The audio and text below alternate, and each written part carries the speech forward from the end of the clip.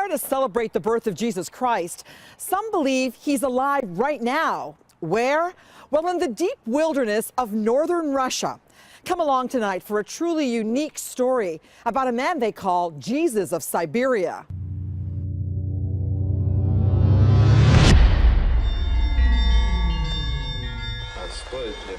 It looks like a scene right out of a Sermon on the Mount. We traveled many kilometers through bug-infested forests to reach this isolated village in Siberia, this most northern part of Russia.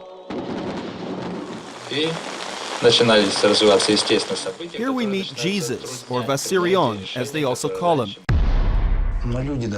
But humankind must make a choice. They have to be shown the way, and they must choose to follow or not to follow. God will not make a choice for them. Unbelievably, 15 years ago, this Jesus was Sergei Torop, a small-town Siberian policeman. But now he believes he is the Son of God, reincarnated. People will decide for themselves. Is his way for them, or will they choose something else? But everything has a price. He says he made a pilgrimage to Jerusalem, and even though he has never visited Israel before, a lot of what he saw, he says, was familiar. It was a home that was left long ago. I arrived with deep feelings of the past and new feelings within new body. With these feelings I move about in familiar places. Divorce rates are very high in Russia, and it seems to have reached deep into isolated Siberia as well. Even Vissarion has remarried. He has painted his former wife Luba and also his current wife Sophia. He has 6 children. It is written, when God created woman, he commanded man and woman to be one. During the era of Jesus, time was short. If there was a family to consider, they would have to be abandoned. There is now need for family. And thousands in this village believe this is Jesus Christ.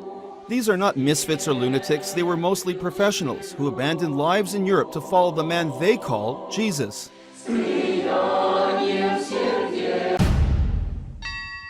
Is this a modern cult or a truly religious utopia? For Siegfried Werning, who owned a high-tech computer company in Germany, the answer is simple. If Christ would come on earth, he would be like that.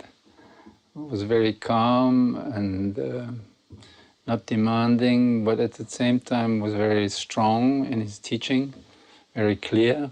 And I think, in fact, I've been waiting for him somehow. He gave up the business and the family to live here and work on 19th century weaving machines, all because of this Jesus, and there are many more.